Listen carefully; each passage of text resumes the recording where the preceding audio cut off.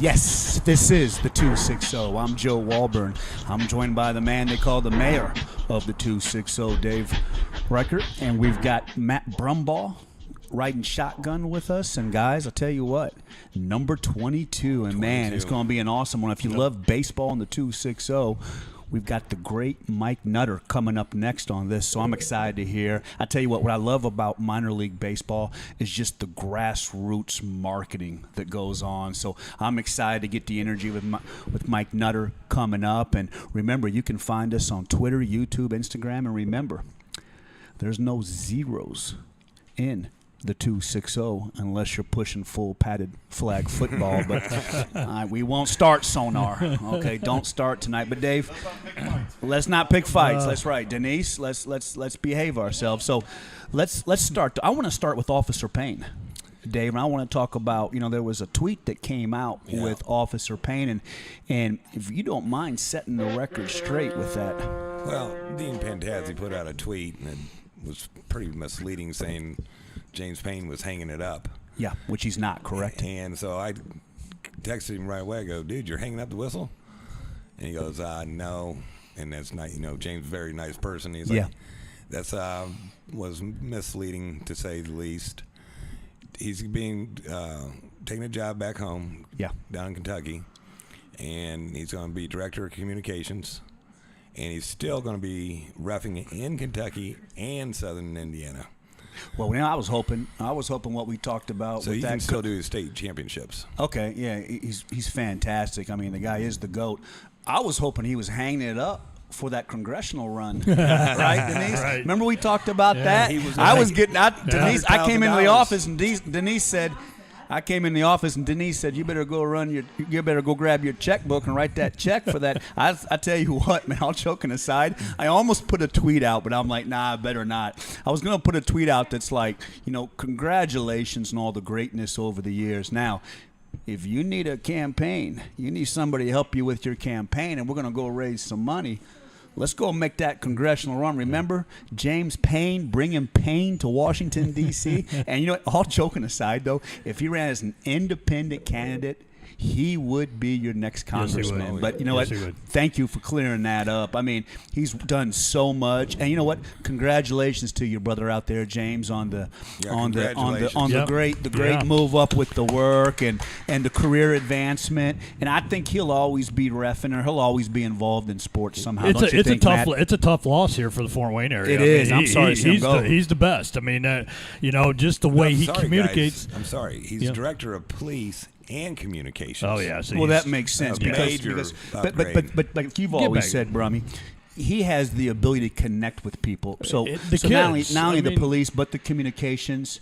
Community affairs. Yeah, that's the guy that if something goes down or something pops off in the community, he would be the perfect guy to go and put the fire out. Absolutely. Yeah, director of police and community affairs director.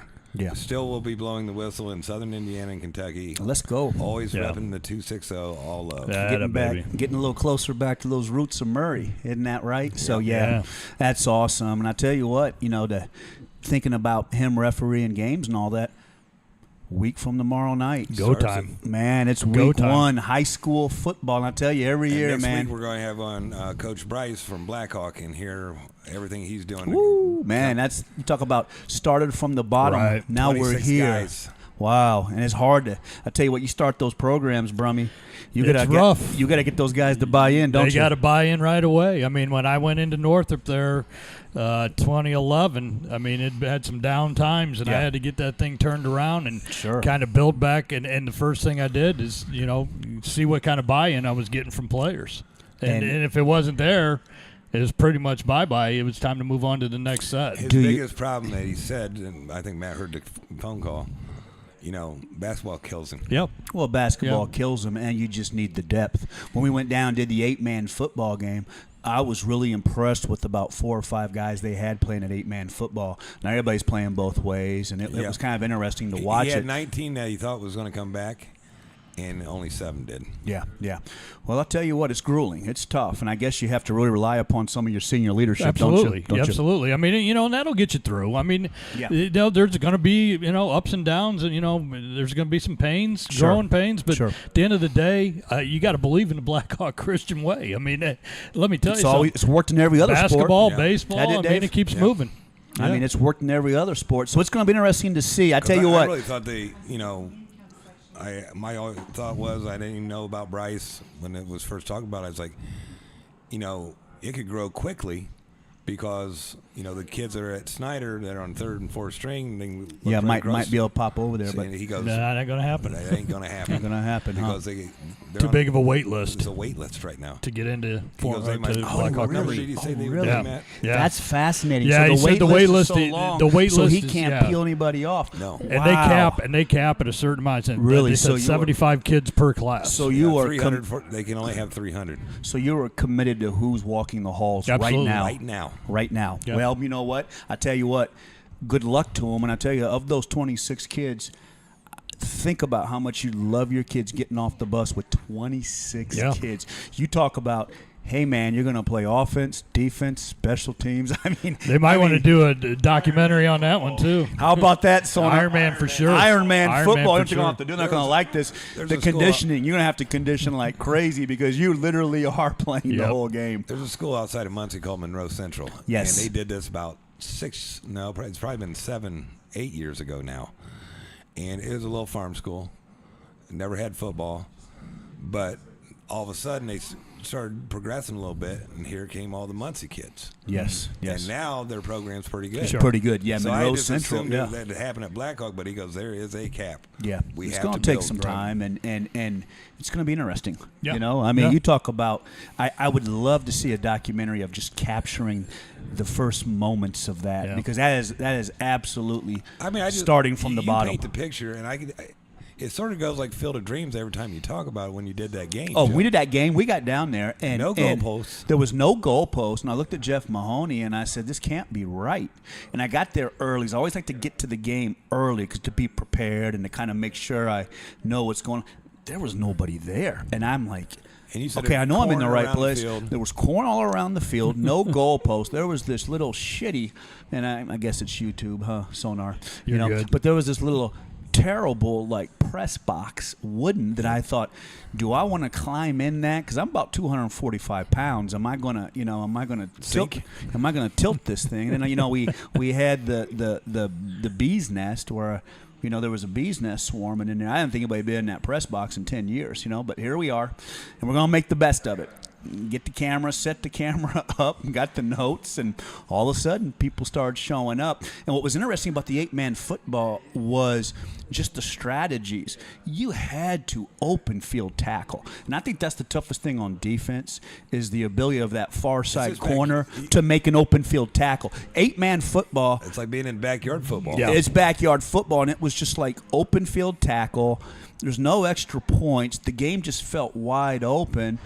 But in those 3-man lines, in those 3-man lines, there was a little bit of physicality to it. Guys played both ways. I mean, I enjoyed it, and we saw some diamonds in the rough that I thought, wow, man, that kid can play good. And I was impressed with Blackhawk. Blackhawk had some kids that were, that were physical, played hard, and I could see how they can make that jump. It's just the depth. And you just hope you just hope the first few weeks, if you roll off the bus with 26 kids, I'm just hoping I'm not losing a couple dogs the first few weeks. Right. And I just want to, my message is they're going to be playing the same situation. Yeah, my message is we got to compete, baby. I just, all I ask is to compete, as you always say with the baseball, Brummy. Let's get off, let's compete, let's play hard, and let's see where it goes. And I think if you begin to if you can capture some highlights of games, Get Ben Johnson's a master at the marketing with the social media and the highlights.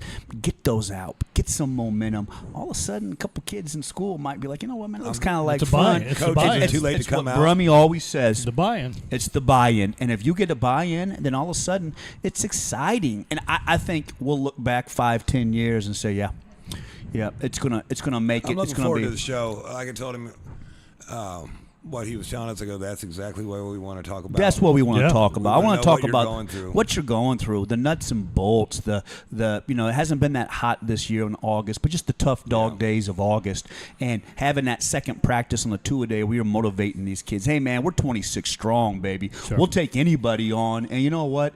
You guys, they're gonna hang a picture of you guys in the school because you are gonna be the first. And every day we go out to practice, I would turn the music up, started from the bottom. Now we're here. And I'd play it every single day, and I would wear that 26 with pride and see what happens. And you know what? There's rumors, like I said a couple of shows ago, I think, that the following year they're going to ACAC. And they should. It's going to be tough. It's going to be tough. You got to get your numbers up to. You got to get up to about 35, 40. But you got to have some dogs. Yeah, you got to have some dogs to play Woodland. in that. But but you think about that. You talk. I mean, you look at St. Francis when they were, from the bottom up. That's exactly Kevin right. Donnelly comes in, and they were getting 77 nothings, and just getting it put on them. And all of a sudden, you just keep building and building and building. And next thing you know, man, it becomes a powerhouse. Speaking about, is IWU in their 5th year now? Yeah, I believe so. And they took out St. Francis. Yeah, I mean, they had a different situation. They which I didn't think was the greatest move in the world. They scheduled away from those guys. Yeah. And again, it worked. I mean, now all of a sudden they're becoming a powerhouse. They got all the bells and whistles down there. Yeah. We'll talk about pride. A group of individuals that's lost a little bit of pride are some of these NFL running backs. Mm-hmm. Wow. I mean, you look around and you talk about a position that's devalued, and obviously here in this state we still have the problem with Jonathan Taylor. I have a solution to that. There's a kid that plays for the San Francisco 49ers. He's third string. His name is Jordan Mason. Came out of Georgia Tech about 4 or 5 years ago. He had limited carries last year, about 50, 60 carries, averaged 6 yards a carry. If I'm the Colts and I ship out a 4th or 5th round pick to the Niners will move him because the Niners got two kids in front. They got guys in front of them. Sure. Ship out a 4th, 5th round pick, get him in camp early. This guy is dynamic, 6 yards a carry last year.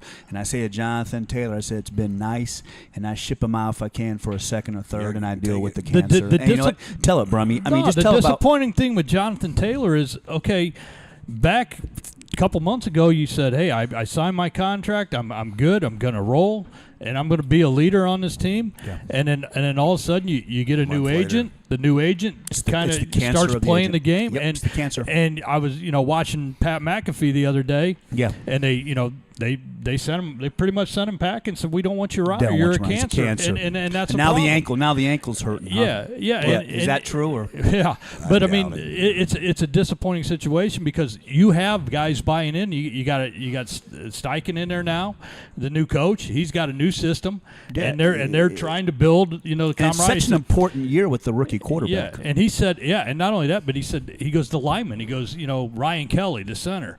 He goes, he's got a love for the game again. Sure. Because Shane Steichen's brought that into him. Yeah. There's 3 major running backs right now that tried to play the system, and they're not even in camps. No. Ezekiel Elliott, Leonard Fournette, and Kareem Hunt. Now, Brummy thought Kareem got signed by the Colts. That did not happen. It didn't go through. But those are 3 major names. It's interesting because when you look back, I thought Elliott had maybe the worst contract in NFL history. Mm-hmm. That was a terrible contract, and Jerry Jones got pushed into that because Marshall Faulk was involved in that, which I always thought that was kind of odd that they would take financial advice from Marshall Faulk. But Todd Gurley had a terrible contract with the knee issue. Yeah. And another terrible deal where an agent missed just totally did a terrible job of advising a player was Le'Veon Bell. Remember Le'Veon Bell? Yeah. He didn't want to play for $18 million a year. He regrets it now. And he was down parking jet skis in South Beach because he wouldn't play for $18 million a year, and he regrets it. So it's just amazing. It's such a passing game. I mean, you see you can see how good the NFL is. When you look at the NFL, you look at who's the quarterback, who's the coach, and who's the GM. And that's really what you look at. And you're right. You guys are right. That position has just been, it's just not as important. And you can roll out. And I think the Bears drafted a kid this year from Texas who was the backup to Robinson in the 5th round. Yeah. And they plan on sticking him in there. Yeah, they're excited they're going to do yeah. it. Because a lot of these teams, what they run is they run the zone scheme. So I just need a big body back that I'm going to say, look, man, we're going to run zone to the right. You're going to have an option of about 2 cuts. So you're going to make that cut and get upfield. Now, some of these guys that can catch, I think the kid from Alabama, Detroit, got Gibbs. I think he'll be dazzling out of the backfield. But overall, you're right. And Jonathan Taylor, it's such poor advice because you don't want to say, brother, honor your contract. It's not about the money you make; it's about what you end up with. And if I'm Jonathan Taylor, I'm building my financial house with real estate.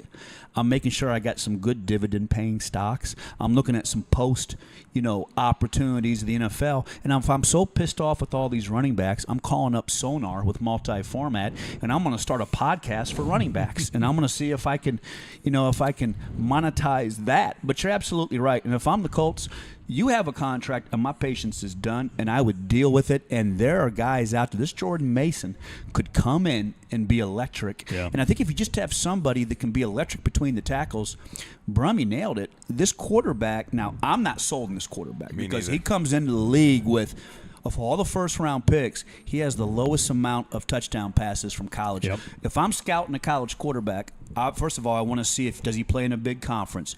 Check, he did. He played in Florida. Was he at least a 2? I'd like to see a 3-year starter. No, he was not. I'd like to see a year of touchdown passes of 20 to 25. I'd like to see a 2 to 3 to 1 ratio. No, he wasn't that. Can he slide step in the pocket? No, he could not. Now, now this guy had Jalen Hurts that Brummy's going to mention and did a great job with Jalen Hurts. Maybe he can coach him up. But I'm telling you, I see all the stuff from the Colts camp. There was nothing I saw watching his college football tape that told me. Now, he's 6'4", 6'5", 255 pounds. So Brummy's probably right. He's going to get a lot of carries, which he should. He can hold up to it. So maybe having a back that you can run between the tackles, you'd like that. But maybe Jonathan Taylor isn't as important as maybe having a good receiver, a tight end, brother. Yeah, I totally agree with that. Dumping him for a 2nd-round pick, I think that's what you need to do. And then that's what I would upgrade at wide receiver. It's over. I mean, it's what Sonar and I talk about a lot. Severed the ties. I mean, it's not good. No, it's not. It's what Sonar and I talk about a lot in business. A long illness is a sure death. Right now, that's a long illness, and that's an illness that they had to say you can't even stand there and encourage your teammates and get the mental reps. You got to get the hell out of here. Yeah. You got to move them. You got to move them. You just got to move them. And it's too bad, again, it's the lesson of agents.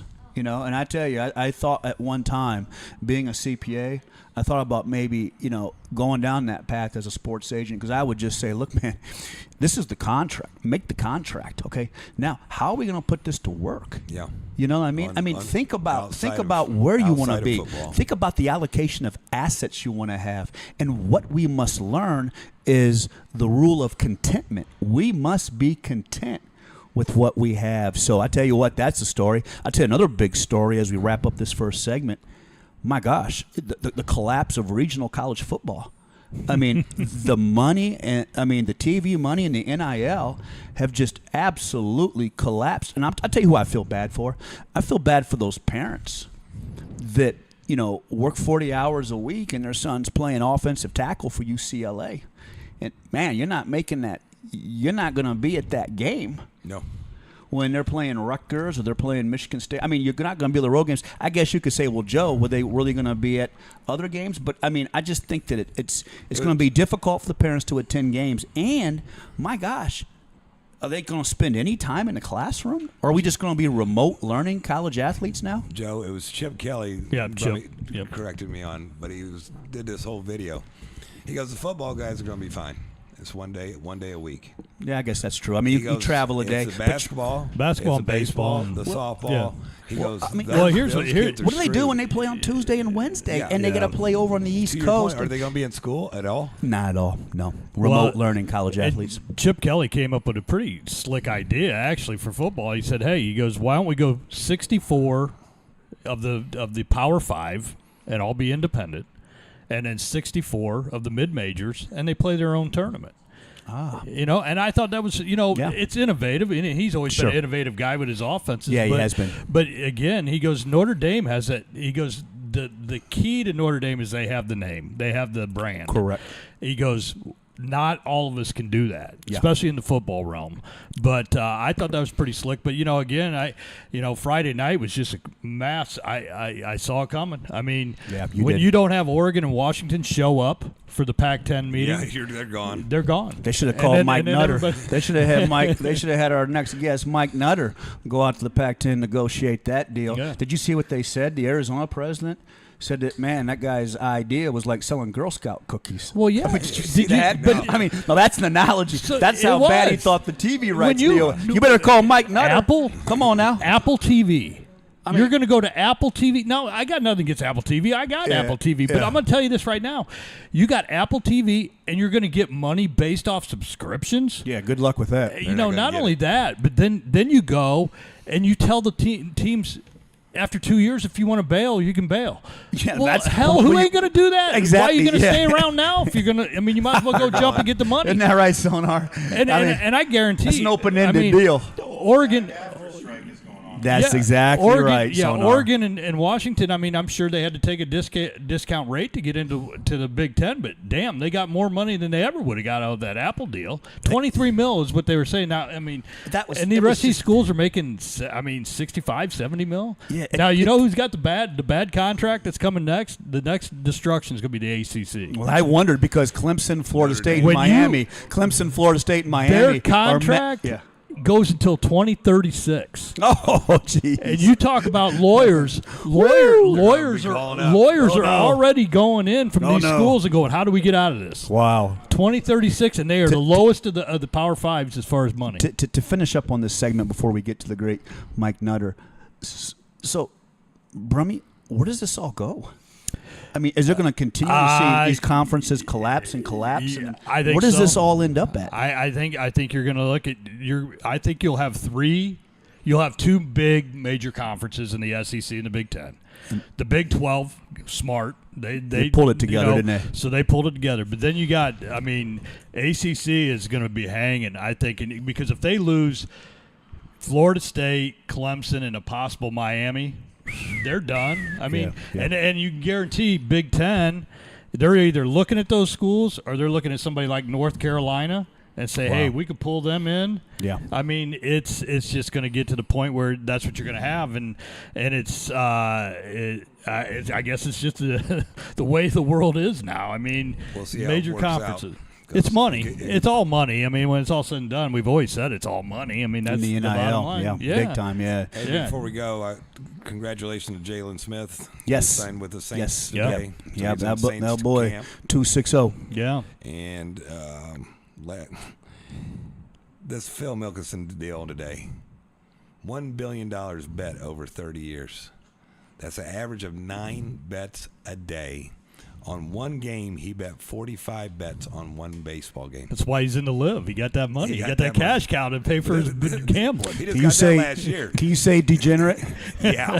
Just a little bit. I mean, I had a friend one time $1 billion. I had a friend one time out in Vegas. It was about 3 o'clock in the morning, and he was going through the casinos. And there was a guy sitting over there that had a bunch of, tickets torn up around him where he had lost all of his bets. And the guy said, look, that's Bruce Jenner. And we all laughed. It wasn't Bruce Jenner. It was Pete Rose. Oh, okay. And old Pete Rose put the finger up, He wasn't too pleased, Hey, but man, you know what? Here's a good team. But Phil Mickelson, I mean, how do you even keep track of all the – talk about degenerate. How do you even keep track of all that? Well, you always said it in the beginning on this live deal that he had to take the deal to get the money. Sure. He needed money. But, you get with Pete Rose, Ohio opened up their FanDuel and all their betting, sports betting.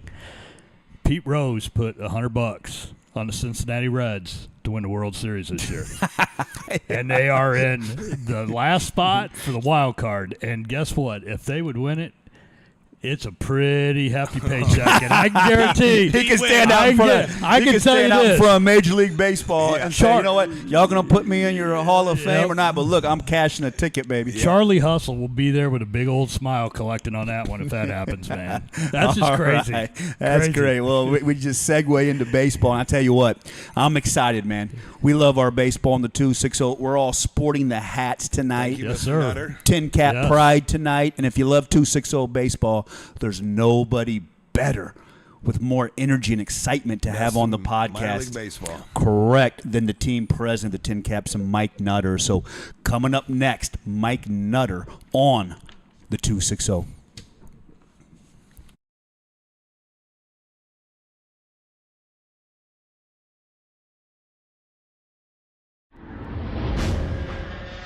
It's the 260 podcast, live from Spiece Fieldhouse every Thursday at 7 p.m., highlighting all Indiana sports, featuring guests from the 260 area code and beyond. Live on YouTube every Thursday at 7 p.m. Just search the 260, also available anywhere you find your podcasts. And remember, when searching, there are no zeros in the 260. It's the 260 podcast, live from Spiece Fieldhouse every Thursday at 7 p.m. It feels like we're taking the crown. It feels like we were born to be champions. We were born to be champions.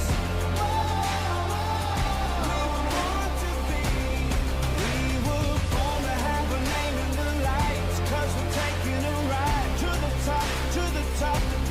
Born to be champions. We were born to be champions.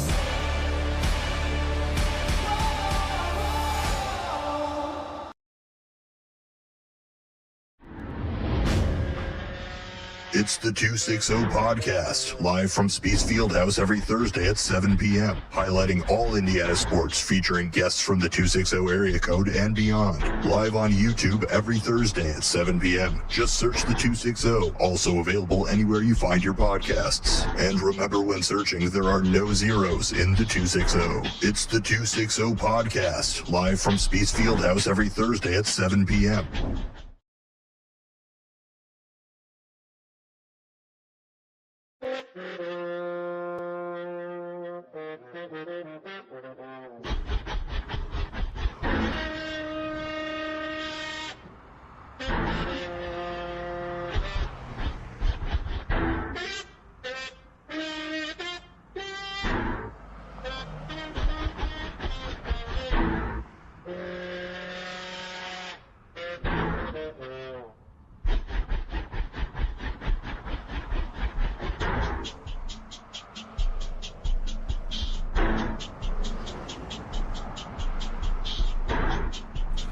Yes, this is the 260. I'm Joe Walburn. I'm joined by Dave Rickert.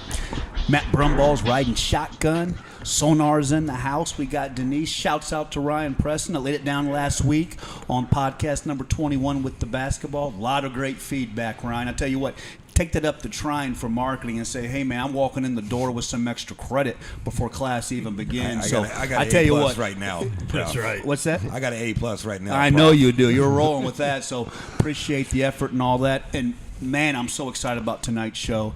You talk about energy, a visionary, the minor league baseball executive of the year from 2022, being joined right now by the one and only Mike Nutter.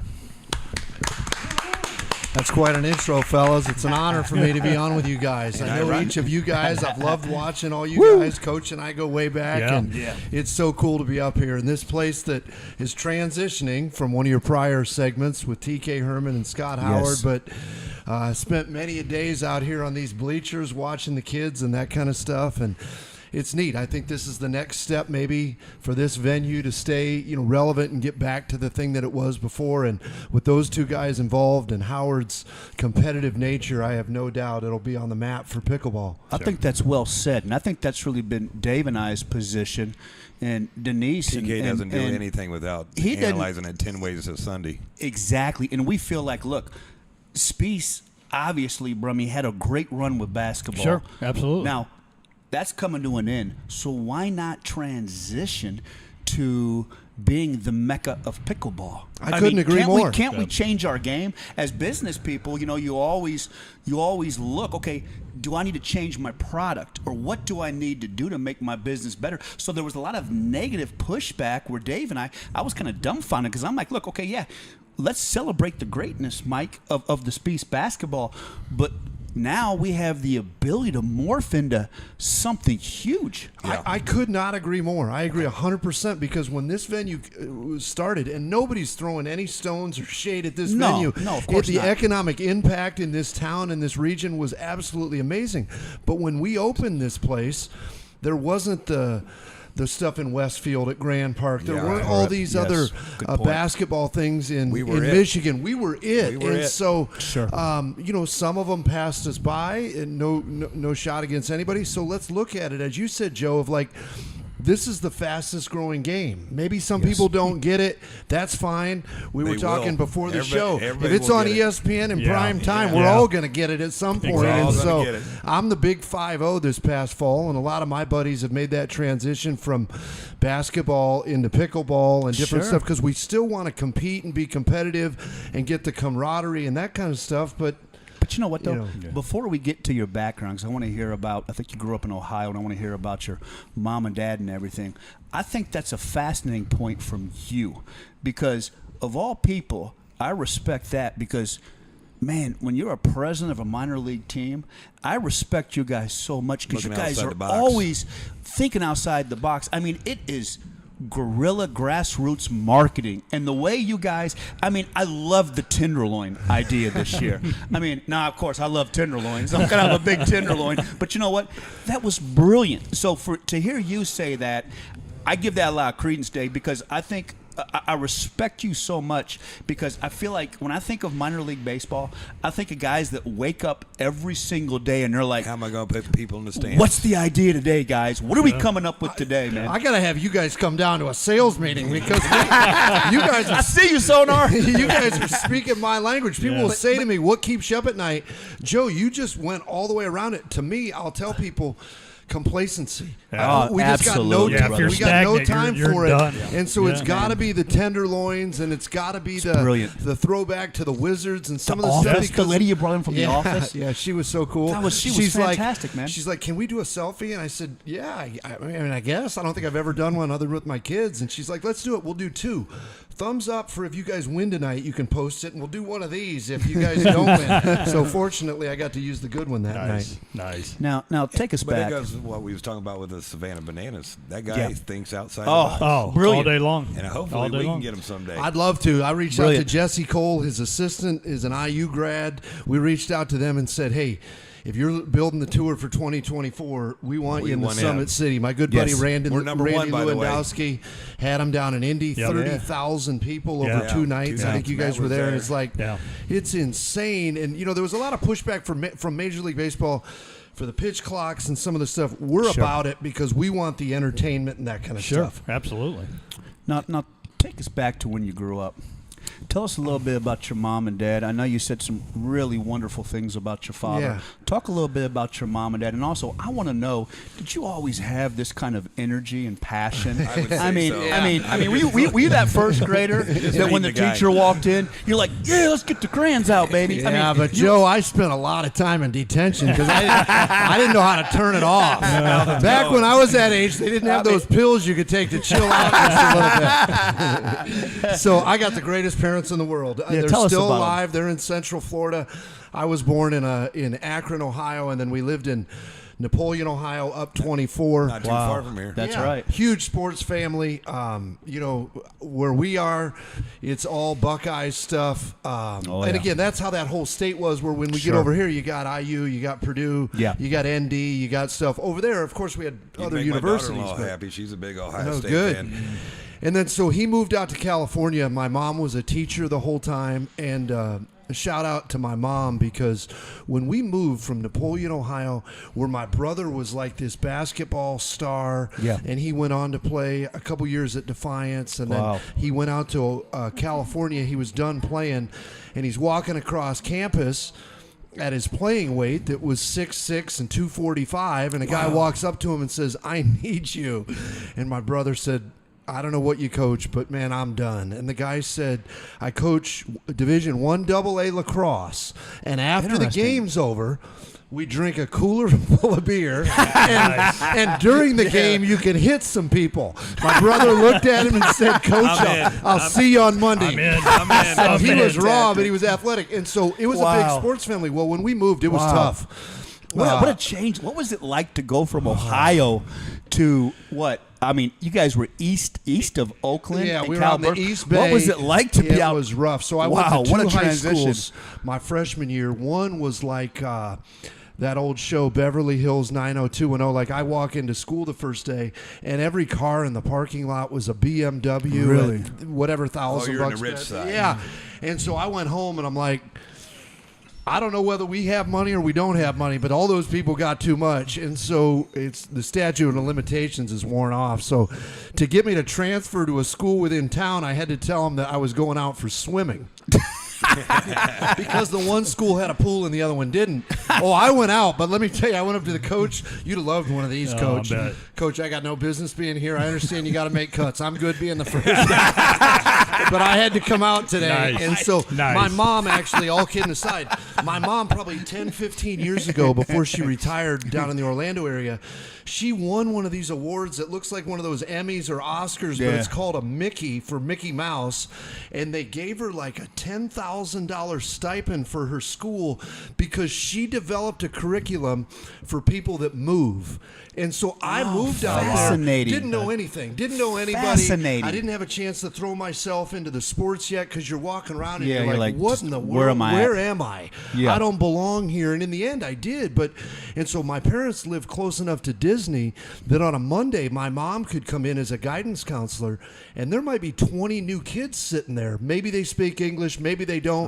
Mom and dad got a job at the parks or something with the juggernaut that is Disney and that sort of thing. And so it's like she developed these bowling parties and all that stuff, and it was like, okay, well, don't be embarrassed. Everybody's got a bowl with their offhand or, something like that. So our parents were the best. Family vacations were going to sporting events and spring training. My dad was my best man in my wedding when I got married a long time ago. That's beautiful, brother. Yeah, and so your dad worked for Campbell's, right? He was with Campbell's. He was with Dinner Bell Meat, all these meat companies. It's funny.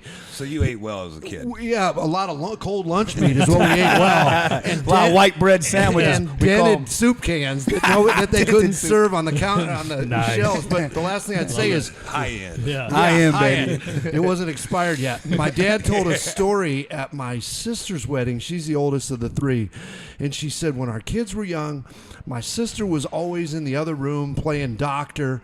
She ended up graduating from Vanderbilt Med School. Oh, my man. brother broke every Tonka truck there was ever made. I think they just started sending to my parents saying, there's no refund. Take it for free. He did construction management. He's still in it. And my dad tells stories that we would sit up in their room listening to the old transistor radio with Herb Score calling Indians games. Oh, man. And reading the box score and that kind of stuff. Yeah. And so Is that kind of where it kind of began for you, oh, Mike? big time. Yeah, and I'm that's not one of those fascinating. guys, the older I get, the better athlete I was. I was good enough to play stuff, but my mom deserves a lot of credit because she pulled me aside one day, and my brother was this physically gifted guy, and everybody jokes, yeah, we have the same parents. And it's like, but the thing was, she said one day, you can be in a career in sports, but not the one that people are cheering for. And now so many schools have sports management in college. A lot of the great colleges around here have them.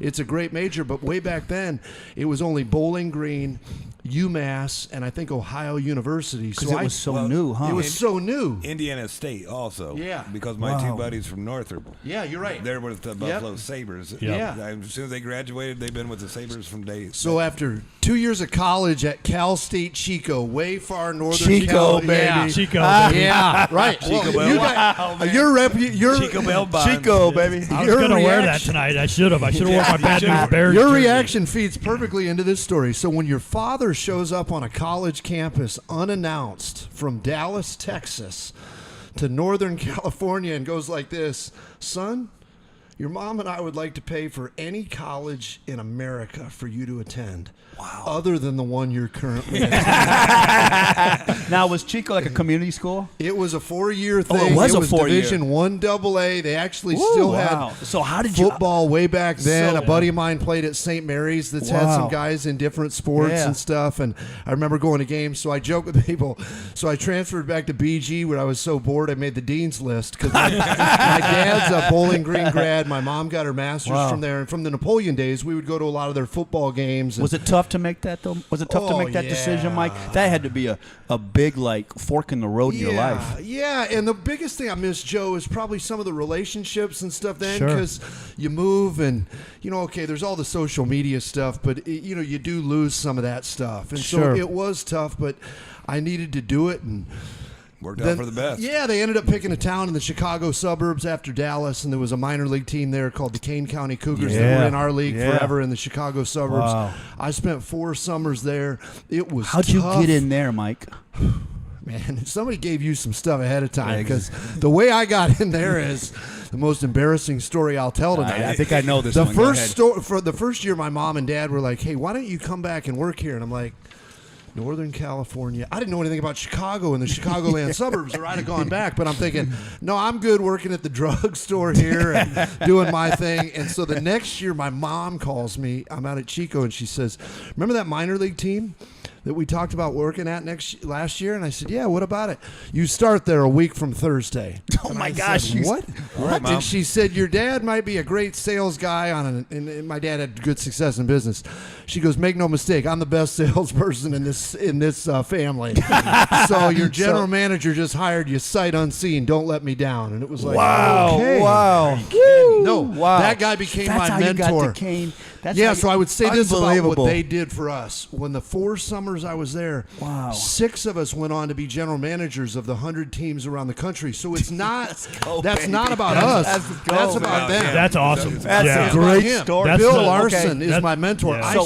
I'll text him tonight and say, "Hey man, I was on and I talked about you." Not Wow. because he wants anything, he's retired, but he taught relationship. us. Yeah, that's it. And he taught us. There's a lot of youth sports things in it. He taught us it was okay to fail. Man, try. Like you Yeah. mentioned before in the intro, some of the tenderloins, some of the stuff has flopped. But man, if you're so worried about What's one of your what biggest somebody- flops? Oh, I'll tell you the biggest one that I was ever a part of.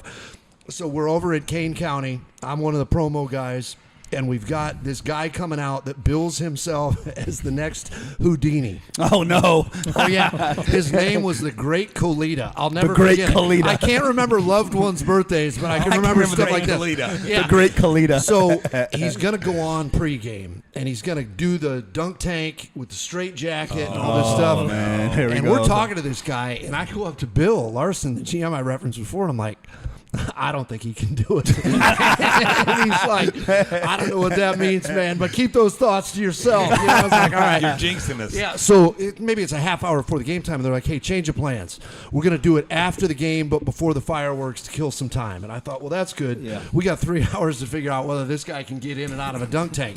The next thing I know, we had delayed it from pregame to postgame. Why? Because a beer sponsor brought him out.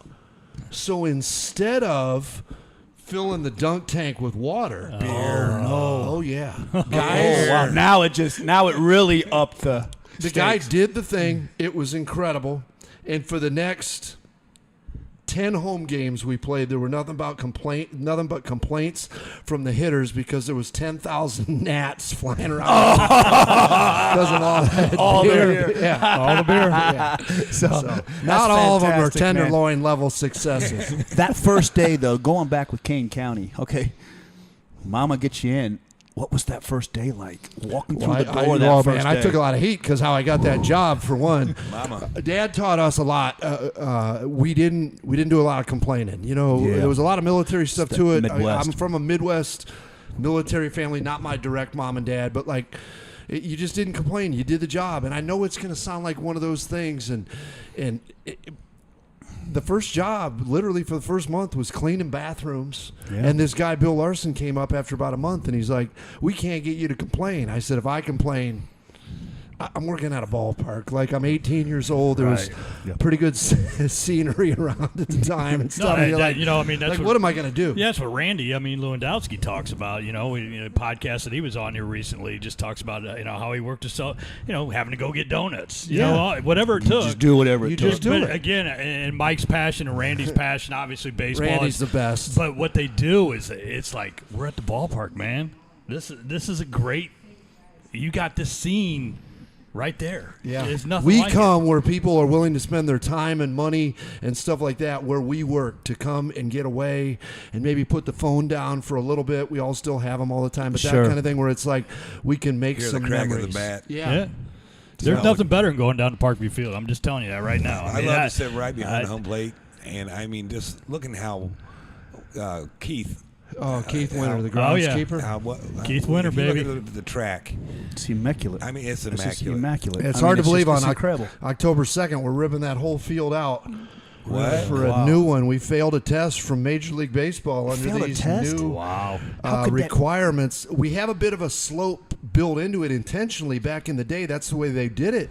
That's the way we love it, so the water runs off. Yeah. You can go out in this Indiana clay and put a shovel in the ground, and half the time that shovel's bending before the ground. And so we got to go down 18 inches and rip the whole thing out and redo it all because the grade, the slope and stuff. Actually, Randy that we referenced in Indianapolis, I hope it's public since I'm saying it out there. I think they're doing the exact same thing with the same vendor that we're using. Okay. And so a lot of teams, we were probably a few years away to need to do something anyway, so it's not the end of the world, but it's been wild. My wife works for Wygan Construction, so she was on part of that job. Yeah. And I just remember how... when they built the field, how big these tiles that run underneath that field. I guess that are 8 foot, maybe 10 foot. It's crazy. So it goes the whole length, this tile after tile. Really? And it's a sand-based field. So people have asked a good question, like a legit question, like that looks so good aesthetically. Whoops. And can we come down there and take some of that grass before you guys get rid of it? My good buddy Keith is like this over here in the corner. Keith, I could see Keith right now. Yeah, but it's like it's built on a sand base. Under the grass there, there's got to be 8 to 12 inches of sand so that all the water can run out. And so if you try and put that at your house, it's going to look the color of this basketball hardwood, and they're going to come back wanting where's my warranty on that free sod? And so that'll go away. It's been a fun year.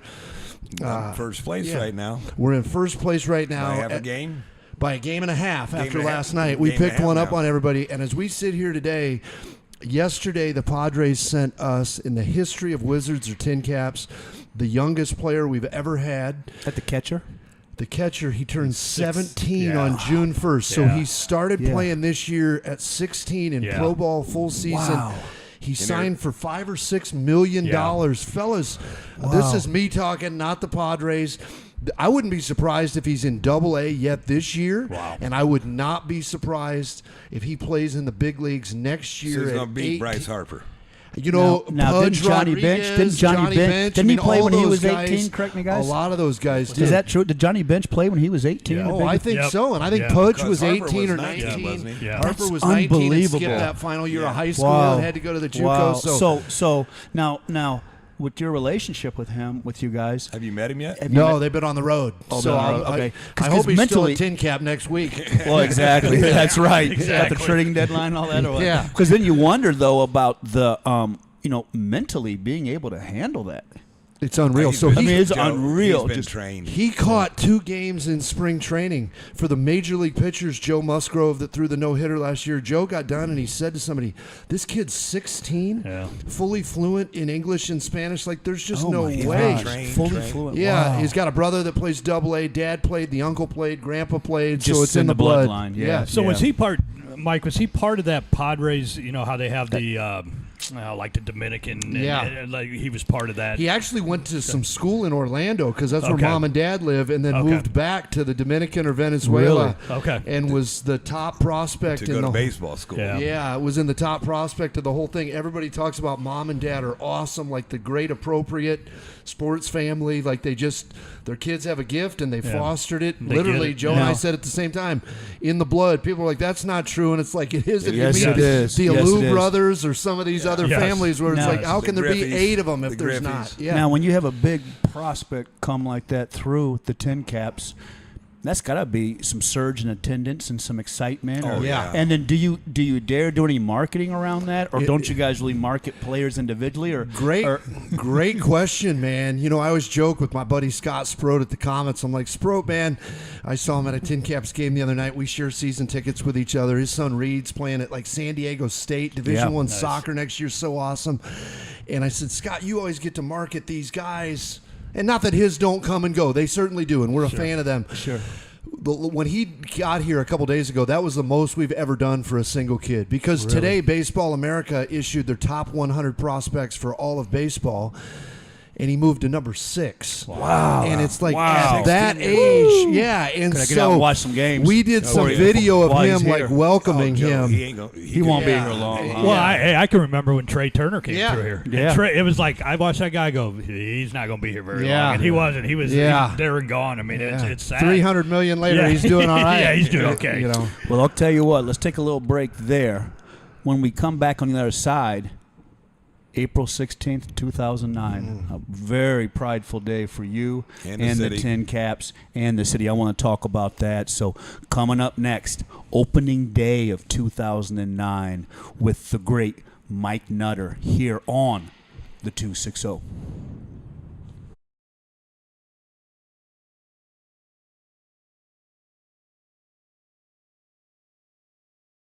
60 podcast, live from Spiece Fieldhouse every Thursday at 7 p.m., highlighting all Indiana sports, featuring guests from the 260 area code and beyond. Live on YouTube every Thursday at 7 p.m. Just search the 260, also available anywhere you find your podcasts. And remember, when searching, there are no zeros in the 260. It's the 260 podcast, live from Spiece Fieldhouse every Thursday at 7 p.m. It feels like we're taking the crown. It feels like we were born to be champions. We were born to be champions. We were born to have a name in the lights, 'cause we're taking a ride to the top, to the top. Born to be champions. We were born to be champions.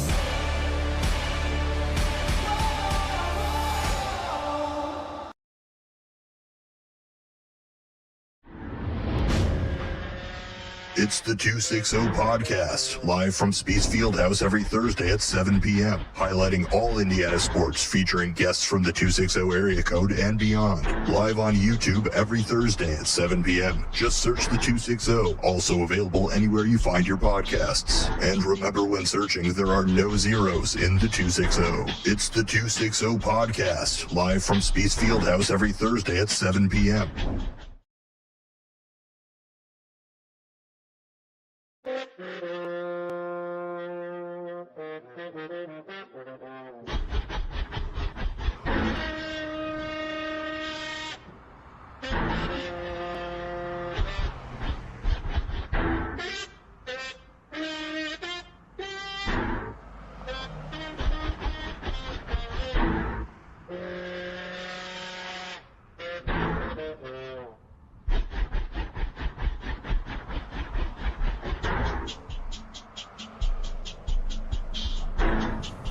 Yes.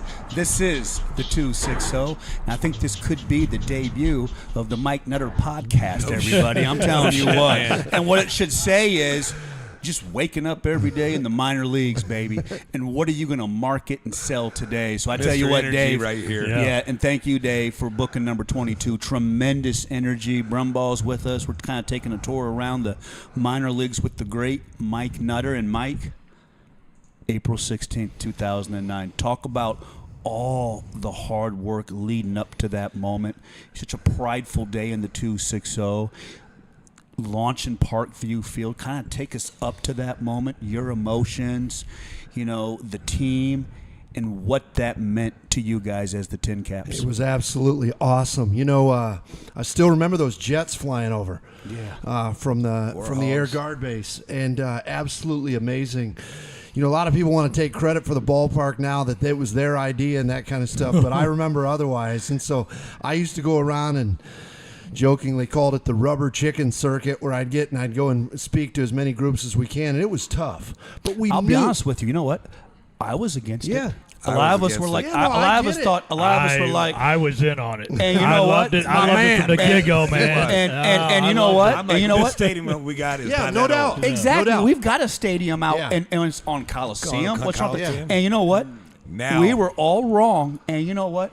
Hats off and congratulations to you guys, because you're right. That you guys got a lot of criticism with that, and you kind of keep your head down, and you guys grinded through it. And man, did it first turn game out? I went to, and I'm like, I was terribly wrong, man. Oh man, the Mecca it is. Well, it's not only that; it's the development of what happened after around that. it. Around I think downtown. it just would have been us and not the other stuff. That's a great point. So you're talking about how the downtown just kind of came back thrives alive. now. It does, and that was thrives. probably. Wouldn't you guys agree? That was kind of the marker that was put down there. Yeah, that kind of was the. That was the pillar. It's like, okay, we're going to come back to life down here. Yeah, I agree, Joe. And it's not us taking credit for it. It was just people had the confidence of, wait a minute, if the city and the people are going to do $30 million in a ballpark and the parking garage and this building and this stuff, then I can put my restaurant down there and I can do this and that kind of thing. Yeah, we can build on that. And it just kept going. I look back on that. It was so awesome. We won. We talked before about my upbringing. I graduated from a high school called San Ramon Valley High. We had some famous, any old 90s rockers out there. I remember the Counting Crows. Counting Crows is an alum of ours. The Mad Dog, Mark Madsen, and I went to high school together. Nice. He won 3 titles with Kobe and Shaq with the Lakers. Played at Stanford. His biggest problem was he tried rapping with those guys after one of the championships. That was brutal. That's all everybody remembers about him. But a kid that hit a home run for I almost said Wizards, for the TinCaps on April 16th, 2009, James Darnell, he reached the big leagues. Yeah. We went to the same high school, and so before so he hit the first game we ever played, he was the only one. What's the odds of that? That's God. That's God saying, you know what? I see you, Mike. This is why it happened. I see you, Mike. Funny you say that. He's a youth minister at one of the biggest pastors in Southern California. It's unbelievable. But I went up to him like when they first flew into town. I said, "Hey man, from one San Ramon Valley Wolf to another, let's go." And he looks at me. He's like, "What year did you graduate?" I said, "Don't worry, JD. That was before you were born." So class of '91. If anybody's wondering, this kid was probably born in '95. Was that the moment where you felt like with the TinCaps, like it was that you guys felt like, yeah, man, we're here? It was, and operationally, like I shouldn't do this, but those of us in business and that are type A and probably stress too much stuff some of that stuff. But man, I look back and I'm like, we couldn't serve concessions that, and I was a genius that said, if we're gonna do this, you got to start with like 50-cent or $1 beer night. And it's like, man, you don't have to make it any harder on yourself than it already is. So, a lot of the behind the curtain stuff, we loved it. We knew, like, wait a minute, we got through it. The real one was like a couple days before, if I remember right, we opened on a Thursday night, and we were the Saturday before, the team was out of town, but we did an open house, and all those construction banners and everything finally came down. And the site that we had seen grow, people were just open. I loved the 9 years I spent with the Wizards. We all talked about that. It was the stadium was fine, but we just thought it would be on a different scale. And so when people were walking around, and it was like they were buying this stuff so fast, we couldn't keep it in. And I'm thinking, we got 3,000 pieces of hate mail and letters to the editor, and why don't you call yourself the potheads instead of the TinCaps. I remember that. My last name is Nutter. I've heard name jokes my whole life, so bring it on. But that next year, then in 2010, we played an all-star game. The only one we got. We were supposed to rotate it. It was a 16-team league back then. We were due to have another one in 2024 or 2026. Major League Baseball currently isn't allowing to play all-star games, but in that game alone, a starting outfielder for the West team was Mike Trout. Wow. Another one out there was a guy named Chris Davis that hit exactly 40 home runs in the big leagues 3 years in a row. Will Myers was a Padre and a Red and a bunch of teams. That was the starting outfield for the West, and it was crazy. That back to that 09 team. We set the all-time record in minor league baseball. We won 101 games. We set the record for the amount of most big leaguers ever from a low single-A team at like 21 or 24 oh my gosh, guys. That is moving guys. Yeah, Anthony Bass is still playing. He made some news earlier this year. They got him released by Toronto. But he's a great friend of mine. I know his heart. I know what kind of man he is, a family man. He made some political statements that didn't sit well in Toronto in this day and age, but that's probably not too hard to do. Yeah, it didn't seem like it was to me. And so great dude. So he's still kicking around. And then I was watching a game. I don't remember. I think it might have been the Orioles or somebody this week, and they said, let's throw it down to our like the sideline reporter or the guy in the dugout, and it was Brad Brock, and he closed out our first game, the final game of the championship season. Spent 8 or 9 years in the big leagues, and so it's pretty neat. One of these years, we're going to invite back every guy that played for us that year and see where they're at in life and stuff That'd like be that. cool. Yeah. And just see the fans and that kind of stuff. The Comets do that stuff well. They've kept so many people around the region that they can do Old stuff Timers where Night. it's incredible, and people come out. It's really cool. Yeah. Hey, was it 2 weeks ago? I was trying to get you on the show, and you went out to San Diego. I did. Now, what do you do? Are you working? Are you just That's really stretching it. vacation? Yeah, a little both. It was absolutely a blast. So I have a son and a daughter that are both going to be a freshman and a sophomore at IU this year. They'll come back and work and do stuff. They both worked at the ballpark this year. But we did take a family vacation. Okay, so we did the zoo. We did La Jolla. We did all the touristy stuff. We also had a lot of meetings. The Padres were extremely So gracious. you do go there to the Padres headquarters. Absolutely. And you have meetings. Man, the nicest thing I've ever been offered in my entire career was a couple weeks ago. One of the owners of the team invited my family up there in the suite watching the game, and you're in this suite, and there's major league players sitting around you, and like the former guys that can just come and go, and like they're community ambassadors and stuff. And then one of the neat things for me, my first year in town was way back in 2000 with the Wizards. And our ace that year was an 18-year-old, 19-year-old kid named Jake Peavy that ended up winning a Cy Young Award and 2 World Series. Bananas. Yeah, he pitched for the Bananas. Yeah. So the Friday night that we were out in San Diego, Jake got into their Hall of Fame. Oh man, you were there for it. Yeah, Great and timing, brother. The timing was perfect, and we booked it around the TinCaps schedule. I didn't realize it, and I get chills talking about it because fantastic. he was okay, so sounds like a I would have been down-to-earth guy. 27 years old. He was 19. We hit it off, and absolute incredible young guy back then. He did all the community stuff. I remember a story about Peeve that he was with the agents, like maybe from his hometown or something. Like, what you see around here sometimes. Like, take care of the guy that you grew up around and that kind of stuff. But everybody realized how good he was going to be. And I think it was one of the biggest agencies in the world with sending golf clubs, and we'd love to have your services and that kind of stuff. Then I remember when the Padres signed him to that huge deal before he won a Cy Young Award.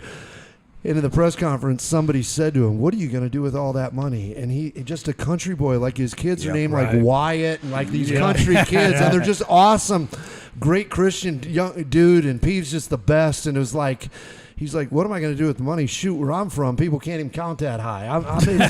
It's not changing me. Like, I'll pay off mom and dad's mortgage, or something, get a new truck or something." It was like that. When kind he of was stuff. on the Bananas episode, he's really a down-to-earth But guy. that's who he is. And when he won the Cy Young, he won the Triple Crown for the Padres, the only player to do it. So he led the National League in wins, ERA, and strikeouts at about 5'11" or 6 foot. He maximized everything. He was loved by everybody. We played some. Hey man, there was some golf battles out at Cherry Hill. I hope I can name a golf course here in town. But out there, and with guys playing, and none of us had any money back then. But it was it was back to what we talked about before. Those competitive juices going. Right. I remember at Cherry Hill, my team was way out of it. They asked me and the group that finished before, get your cars and park them towards like the 18 green, so the group behind us can finish. Yeah. For big money, it was probably $50 or something like that. Yeah, right.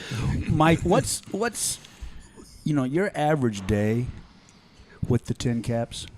What is it that gives you the juice and the excitement? And is it coming up with the ideas every day? What drives you every day to be the best you can be? That's a big one. Just the new ideas and not being complacent and not sitting here stagnant and like, hey, this is what we've always done, so let's keep doing it. You got to mix this has always worked versus the new and that kind of stuff. And then we have an incredible staff. Do you guys sit around the room? Like I almost these guys do. I envision you guys. I'm like, because the ideas are incredible. Yeah. And I almost envision you guys sitting around the room like, man, just like, what do you think about this? Or what do you think about that? When these guys came last year and they're like, hey, we want to play next year as the Tenderloins. And I said, we want to do what? Yeah. And I had heard stuff on radio and different things. And it was our way of being goofy, slapstick. We don't want to be edgy or over that because we don't think in the Summit City that's what our fans want. They want silly, goofy. They want entertainment. Sure. And again, we did a Bert Kreischer show this year. You got that pushed it, but that wasn't a TinCaps game. No, I know, but you need to tell that story about it. Yeah. So I'll get back to that. So we sit around and these guys are like, this story's these great, guys are like. Troy went to that show. Okay. Yeah, I mean, it sold 8,800 tickets in 2 days. It was sold out. The next day after us, he's doing the St. Louis Blues, 15,000. He's doing New Orleans and Vegas and Fort Wayne. And so the thing is, Joe, they'll decide. We'll decide, but I defer to the other people and like, hey, we want to do this and we want to do that. And it's like, okay. And then they will take 2-3 days in the off season of like, okay, so on here, we're not allowed to use that name anymore. On Wizards and Wands night, we get cease and desist letters from a lot of people. Can't be Harry Potter. Can't be Margaritaville. Can't be Jimmy Buffett Margaritaville night. It can't be any of that stuff. Jimmy wants his money. Jimmy, I think he's got plenty, but he's still looking for more. And you know what? If they earn that and they trademarked it, they deserve that stuff. Like I get it, but I'll tell you a funny story on that, and then I'll get back to the concert. So years ago, a guy calls and he says, hey, I heard that the TinCaps in their team store have a shirt that says Stay Classy San Diego, because that's our affiliate. Sure. And if anybody's seen Anchorman, I guess that was Will Ferrell's tagline in the thing. Oh, geez. And so they're like, yeah. And the guy says, hey, we just want everybody to be honest in this. Let's talk about this. How many do you guys have? I don't remember whether there was 144 or 288. It wasn't thousands. It was like, let's get this and see. Well, it took off. And in social media, you can't hide anything anymore. Right. Not that we had no intention of hiding it, Sure. And it was like, hey, we have to send a cease and desist because that's trademarked by the motion picture, by all this stuff. And then somebody reached out and they're like, hey, sell through what you have. Just give us your word. You're not going to reorder. Right. Like they didn't want to hurt us. And then the guy was like, and then one special thing, if you don't mind. And I said, yeah, what can I do? Because he was cool with us, and he's like, I'm a 2X, and my boss is an XL. Can you send something? We think these are the greatest T-shirts we've ever seen. And I'm like, yeah, but don't ever make it. Mike hooked them up, man. That's beautiful. That's what's great about this, man. Is the stories. You talk about like last Sunday night. Tatis is on. They got the open mic thing. I was watching, and they're starting to ask him stuff about Anchorman. He said he didn't even watch the movie. Yeah, and it's like, okay, I said, stay classy, San Diego. And 60%, whatever the 60% line, and he goes, I don't know, sorry, it's funny. I'll come watch it. Yeah. So go back to Bert. So we sold the 8,800 tickets in a couple days. He was absolutely incredible for us to work with. They were in Traverse City. Was he drunk when he got there? No.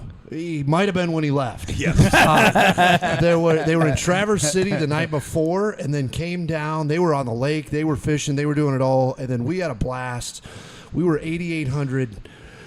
he wanted to come up to the shop. And it was like, hey, man, can I come up to the shop? And it's like, yeah, of course, you know. And a lot of times you just give those guys the stuff. They're the headliner.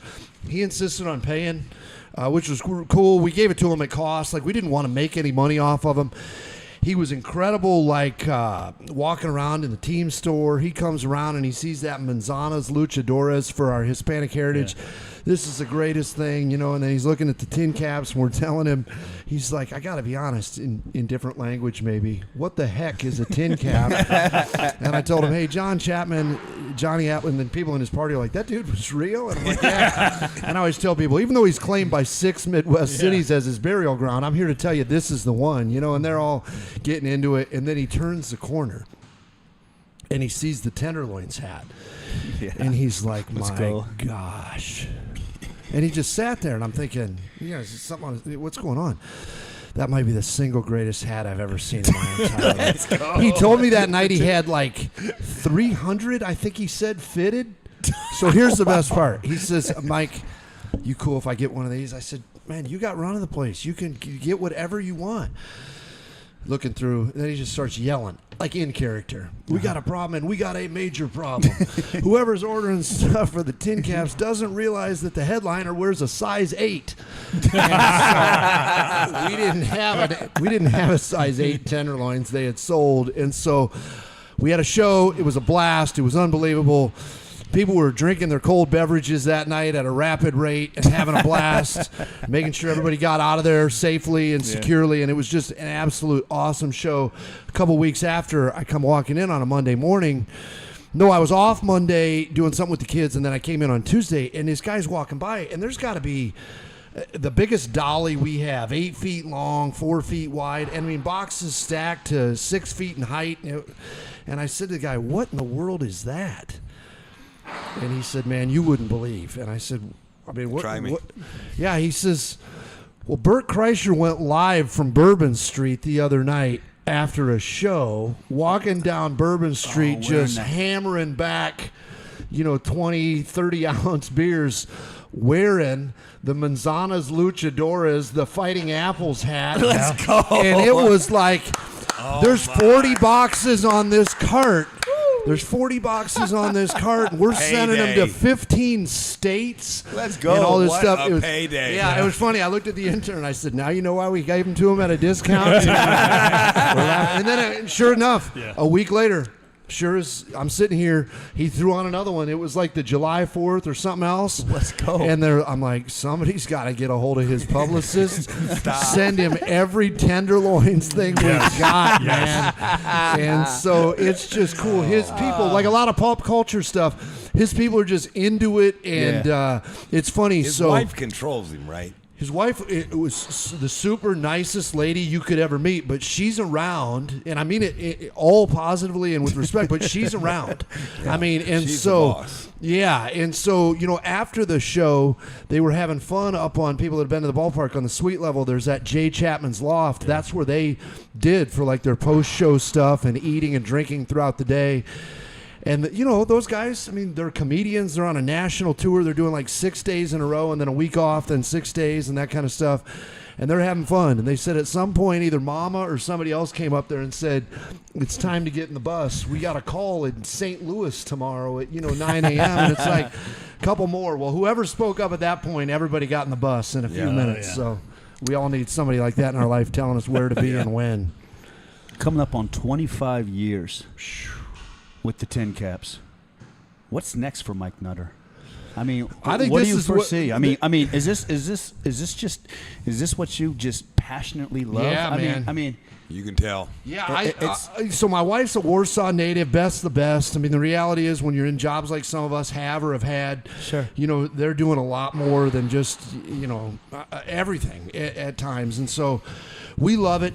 We absolutely love it here. We moved so much. We talked about that before. Some of those moves were tough. We always said that we were never going to move. Not that I even wanted to, but at least until the kids got out of high school and into college. And that's next week. But I'm not looking to go anywhere. Beth's parents are both still alive in Warsaw.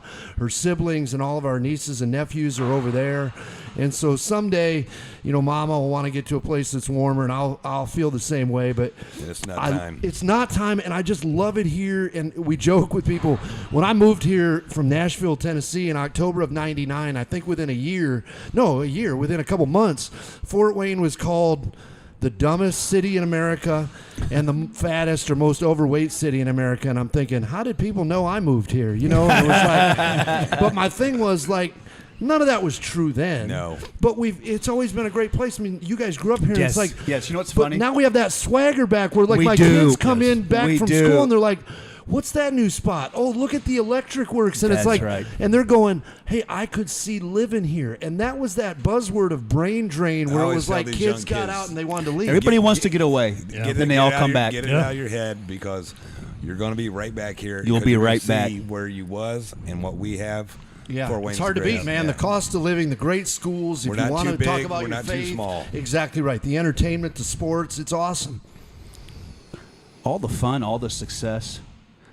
Was there ever a tough moment? Oh, A moment where you were yeah, just man. like, oh, man, this is going to be tough to show up tomorrow, or how do I overcome this, or how do we work around this problem, or what's the adversity that you guys have felt and dealt with, The very Mike? hardest thing at work and at home at the same time.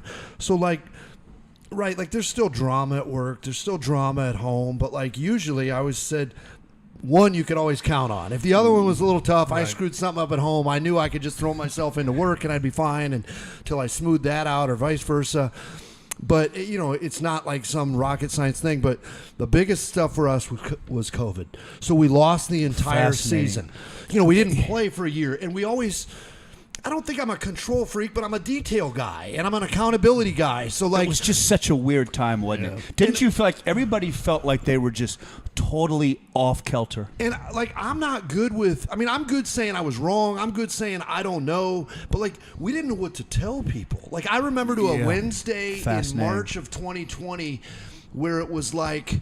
We told the whole staff, we brought everybody together up in the suites, and we're like, hey, we got to get some work done Thursday and Friday, and then starting Monday, we're going to be off. And I don't know if we're going to be off a few weeks or maybe a month or two. And a couple guys laughed, and they're like, a month or two? Like, no, it was early, so nobody had any idea. Well, we end up furloughing 31 out of 35 people of one of the most successful teams. I don't mind talking about it. My daughter and I talk about things publicly while that's going on. She was a 2-time state championship cheerleader, just beautiful, smart, funny, one of the most talented people I've ever met. Developed a raging eating disorder during the pandemic. Oh, there's so many stories. Yeah. Mike, there's so many stories because you know what? As human beings, it's not normal for us to be locked in a room. We need community, man. Yes. Exactly. Yeah. Thank you. You're getting me all pissed off all over again. No, and I don't mean, but like we lived it. And so Caitlin moved out of the house twice. She went to one of 2 faith-based eating disorder clinics in the United States is in Anderson, Indiana. Yeah. She went to another one in Naperville, Illinois for months. Fellas, as we're recording this Sunday, I'm driving her down to Bloomington. She has battled as hard as any of those kids I've ever coached. We're so proud of her. Absolutely. But we've taken it, Good. not God making bless it about her. it. So, Thank you. You know what? But it's like God the mental bless health you. and physical stuff is real. So it's real, and it all came out in that. I mean, I saw it in the CPA firm. I had people that were so frightened and so scared that they were wearing gloves and sliding papers under the door. Yeah, I had a lady spraying the papers. Be careful about your mail. And like, I'm not trying to. I know, but you know what though? But so many people being locked down and being isolated. Well, I mean, it's devastating. Mike, it's like Mike talking about his staff. For me as a coach, to be told you're not going to have a season and having to face for the last time. He's in my office. I'm like, this is complete bullshit, man. Yeah, but And he's like, Dave, they're going to do it. I Yeah. go, no. And I can just remember having to have that conversation with those guys on a Friday and go, fellas, it's done. It's done for now. And I'll tell you, and we just had outdoor open field on the Thursday before. Yeah. And then my guys, they were still practicing out at on Wallen. their own. People were driving by. Because you hope that maybe somebody would turn around, come back. But to have that conversation with Manuel Lopez. And tell him, hey, it's because he called me. He goes, Coach, what do you think? I said, I think it's time to put it away for a while. So, I'll tell you what, on the firm. Talk about the people spraying stuff. I saw this lady at the bank, and she's spraying the screen outside. Mm-hmm. And I'm like, lady, last week he wasn't doing that. Yeah. But this week you got to spray the screen. I tell you what, Mike, and I'm a CPA. Yeah. And I call my phone, the bat phone. It's like red and it lights up. I was literally sitting over there at night getting phone calls from all my clients that were widows that were boxed in. Yeah. Jod just, asking about my stuff. Oh, your stuff's fine. It'll get done. Are you okay? It's just been really tough to be here. I'm by myself. Nobody comes. So I was sitting there talking. I was talking on the phone. I was talking on the phone to my clients 4, 5, 6 hours a night because people were just. So God bless your daughter overcoming that. Absolutely. But then. So you're deep into the pandemic. So how did you at go some in point? every day? Yeah, at some point, how did you when did that fog lift, or what was your schedule every day? Did you just keep to it and hope that at some point a lot of that keep to it? I mean, like when Caitlin was really battling and at our worst at home, not her at her worst. I don't mean like that, but when we were hurting the most is at work or at home. I'd stick around, but I hate to say it, but we talked about Keith Winter before. Well, Keith and I joke he's had like the same lunch for 25 years in a row or something like that. I believe that. We're routine guys. We are routine. And you feel like that leads to some of the success and people know what to expect, but you just didn't know, man, because it was like that was so heavy at home.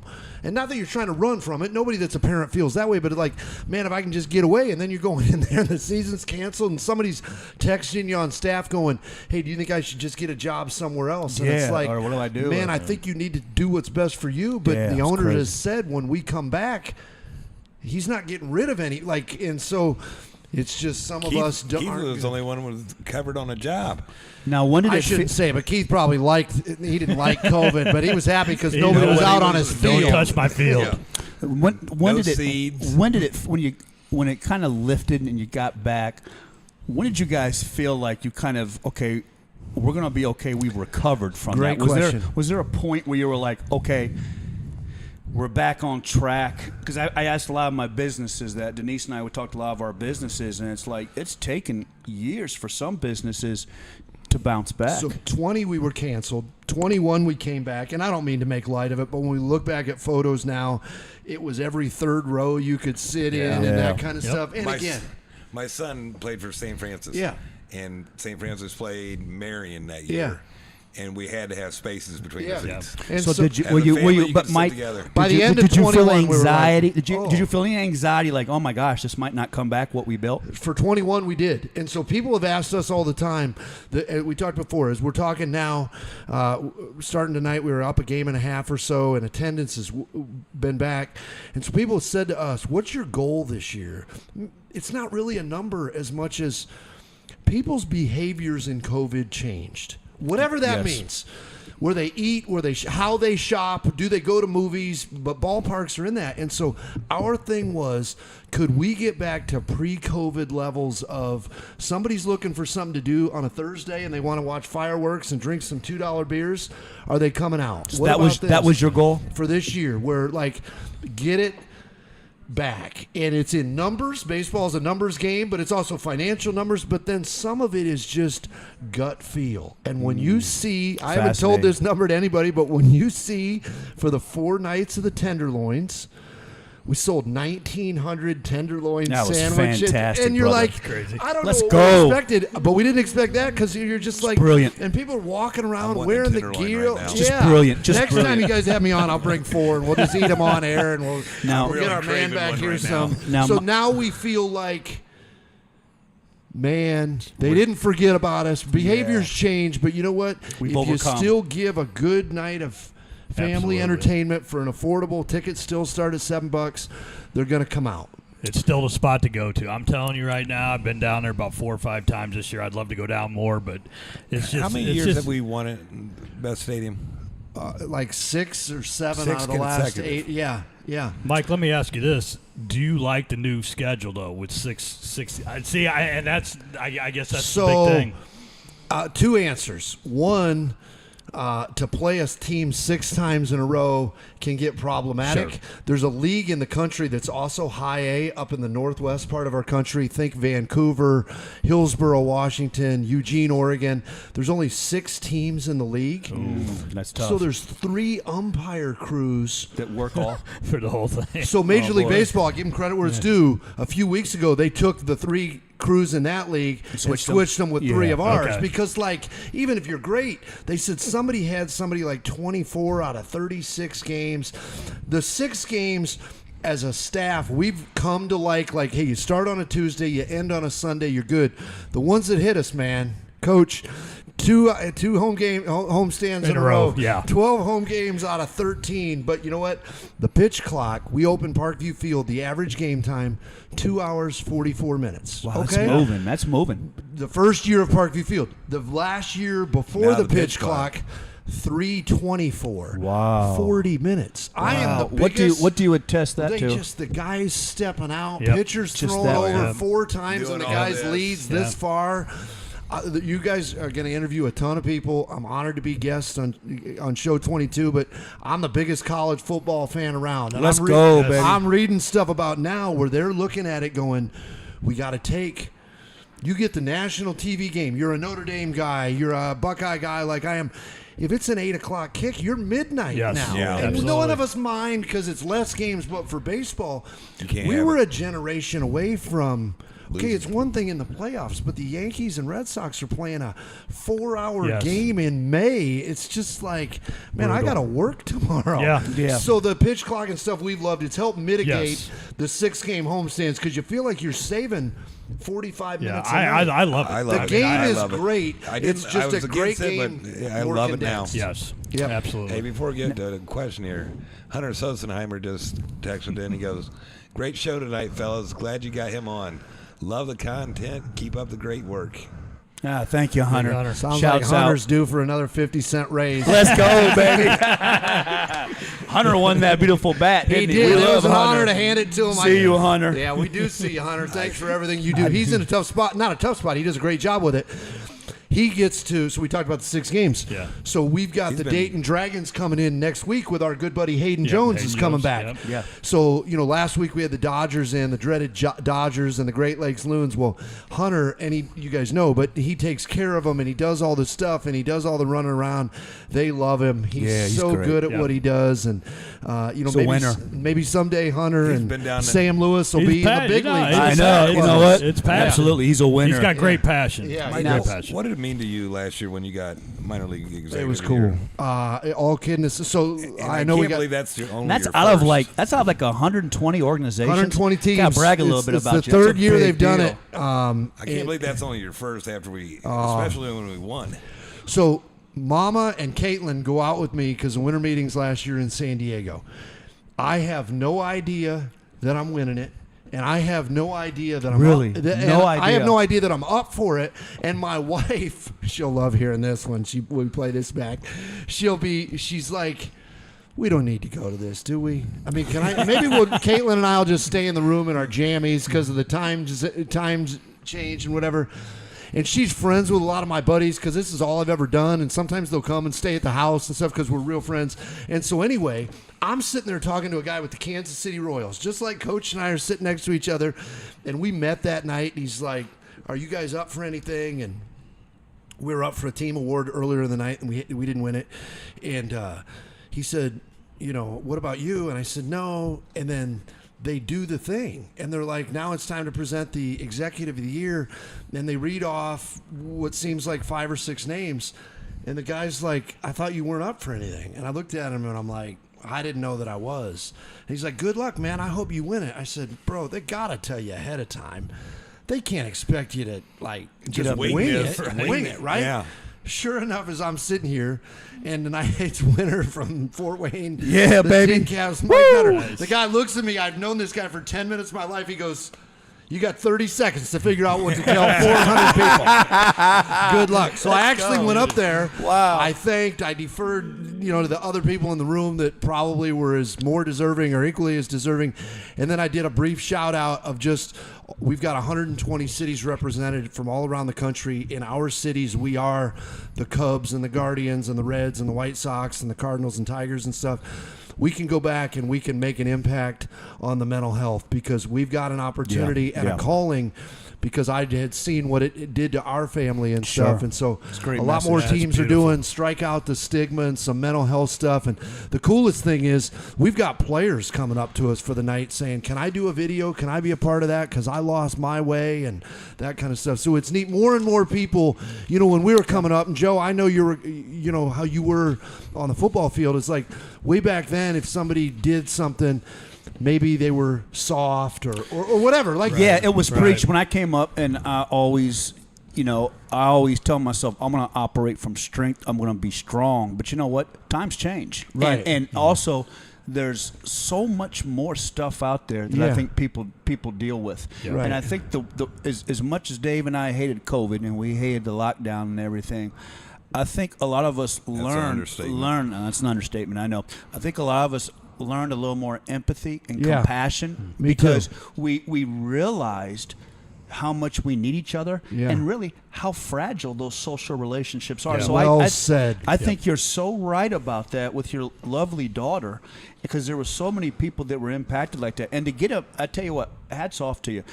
To get an award like that, I would have been tempted to go up there and beat my chest and bark a little bit. The executive of the year, I have 120. I would have been like, but what he did was I was worried I had buffalo sauce on my cheek I got to from get the off wings. the stage as fast as I can. Buffalo sauce. But you know what you did? You took it and you highlighted something that I think is so important in our society. And what people don't realize is I was close with a Chicago councilman who told me, "Joe, you don't understand. Half the guys that are locked up in the penitentiary have mental health problems." Yeah. So I think that's beautiful, and I think that's something that you took a really dear moment for yourself, man, and you're able to make it so beautiful for our community, man. And you know what? And I'm gonna tell you something else. From everybody from the 260, we're proud of you, brother. Thanks, and you know what? man. And we're proud of the TinCaps. And you know what, man? Let's win this year. I hear that. Before we're going to get into the rapid fire questions, Sonar's lovely wife came up with a segment where we're going to ask you some quick questions. But you know what, man? I just admire the energy and to me, the rawness and the ability to get up every day and have an idea. And that's from one businessman to another, man. Thank you very much. I'm 50 and I've never had a cup of coffee. That's unbelievable, man. I can put you on the cover of Red Bull, man. I tell you what. I'm afraid what would happen, brother. Let's go, man. That's natural, baby. I've Tell him, never had Dave. a cup of coffee. That's fantastic. Ever. Dave, you want to start? I'd be bouncing off the walls. You want to start with rapid fire, Brummy? If you want to add something in, feel free, brother. Yeah. If you could meet someone past or present, and you just said it, have a cup of coffee with, we'll say, a water, who would it be? Man, the guy I liked as a baseball player as a kid growing up, the guy that I loved, Griffey I loved, but before that was Ricky Henderson. Oh, man, he was Ricky be Ricky. He used to always talk to himself, always talking to himself, and that swagger and all that kind of stuff. I would love to just sit there and talk about That's a great one. the impact and how you could change a game. And a buddy of mine played with Ricky. No one will beat him. No. He'll never be broken. No way. And the leadoff homers and the steals. And, again, not a whole lot of humility. The night he breaks the record, he holds the base up. I am now the greatest of all time. And then the man above has a way of humbling all of us. That same night, Nolan Ryan threw like his 5th or 6th no-hitter to take the front And page. Lou Brock was on the field. Yeah, and you're like... I know Lou Brock was right there, right? Have a little humility. But how did he bring that that drive? Who was the one that had to wear the helmet on the field? First John Olerud. There's that one he goes, I played with Ricky 2 places. Third place they're playing, he goes, we're sitting on a bench, and he goes, Ricky looks at him, he goes, I used to play with a guy who had to wear a helmet just like that. Olerud goes, Ricky, That was me. Yeah. There's only 25 in the locker room and on the plane. Like, and I got to ask real quick Ricky since we talking about Ricky Henderson. We kind of mentioned him earlier. I told you the story how I had a buddy that mistaken him for Bruce Jenner before Bruce had all of his work done. But Pete Rose.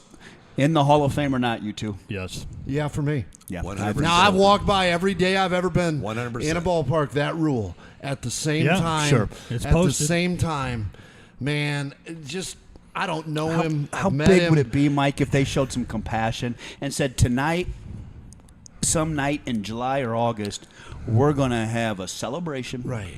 And we're going to have a celebration of greatness, and we're going to have Pete Rose go in the Hall of Fame. I mean, he's in the Reds Hall. Yeah. They brought him back for the 50th or 100th anniversary Right. team, those kinds 100. of things. And it just, I hope they don't His put him number- in his- after he's passed. That's the thing. Yeah, like, if you're not going to put him in, then obviously my vote doesn't matter. Then don't put him in, but don't do it a couple years after he His goes. numbers don't lie. No. They don't lie. And who knows what he did?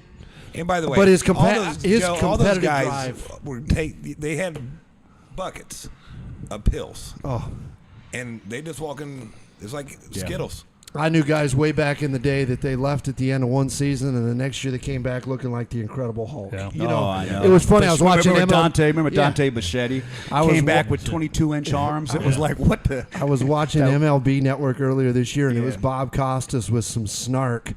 He got done doing a segment on Rose, and he's like, and now we'll go to commercial, and this is brought to you by DraftKings. You know, and so, with Pete's competitive fire, did That's he ever what it bet was. He was against kinda- the Reds? Man, I hope not. I hope he I didn't think what I bet- think he was doing. I think he was betting with his guys. 'Cause you Yeah. know how he Yeah. was. I mean, Yeah. he was just.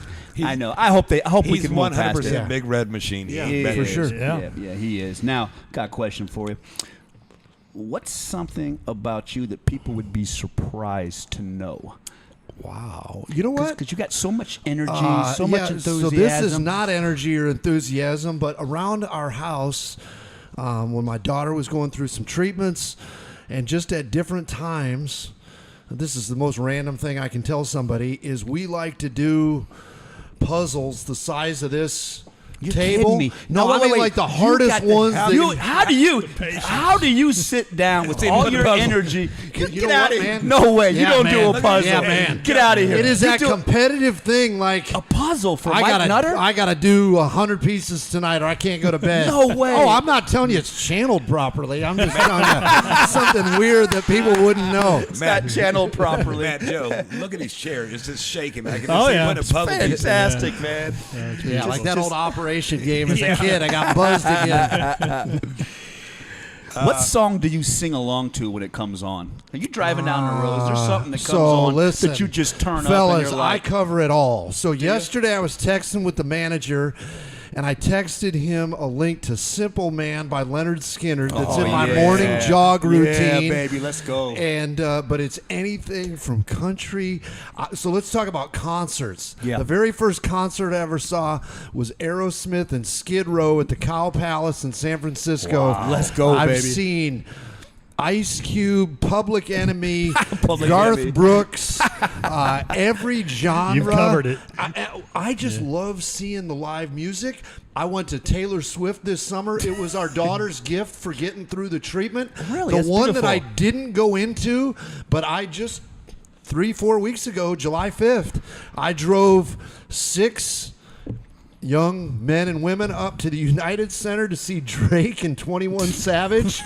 Now, I didn't go into that one. They're like, Mr. Nutter, just go in. Just have fun. Nutter, Just go in. go. And I'm like, you know what? Let's go. I'm Let's the do Uber. this. I go on StubHub 20 minutes before the show to get into the arena. The cheapest was $289. I not said, doing I'll tell you what, guys. I'm going to go catch a couple innings of the White Sox. I'll pick you up after. White Sox got rained out.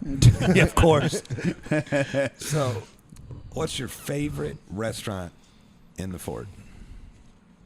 I absolutely love the first 2 that come to mind would be Nawa downtown. I love Asian food. It's some of my favorite stuff. And then Cat of Blue I like a lot. Yep, They're on Covington. Is it Covington or whatever it'd be? Yeah, Jefferson on that yeah, front some out great there. seafood. Yeah. I love going up to Fabini's place, the Yeah, Black like Canyon. Black Canyon. It's been he's the number one answer. Yeah, I believe it. People love the only that. reason it wasn't the first thing I thought of is I gotta take about 25 minutes to get up there. And what's your favorite Mexican? Ooh, that's a good question. I like that Mercado down on the landing. I don't think you can go wrong with cebollas and salsa grill, like a little less fancy. And then the one, actually a guy with the TinCaps from last year, he may pitch in the big leagues. His family owns that Mi Pueblo on Jefferson. Yeah, so Mi Pueblo. He played for us a couple years ago, and then he met a girl in Fort Wayne. They got married. They have a child. He's on the 40-man roster for the Padres. He's got a chance to pitch in the big leagues this year or next year. Wow. And when he comes back in the offseason, he'll be in there bussing tables and that kind of stuff. Love it. So And awesome. it's absolutely awesome. Yeah. So a lot of the answers are we just love to support people that we know and a lot more of the hometown stuff. And nothing against the chains, of course, but the small businesses that like we are. Last question. I want you to look in that camera to everybody out there watching. Talk about kids out there or young men that are chasing that sports management degree. Tell them what that meant to you, the doors that it opened up to you, Mike, and the journey that Mike Nutter has had throughout the minor league experience all the way up to the executive of the year. That's awesome, man.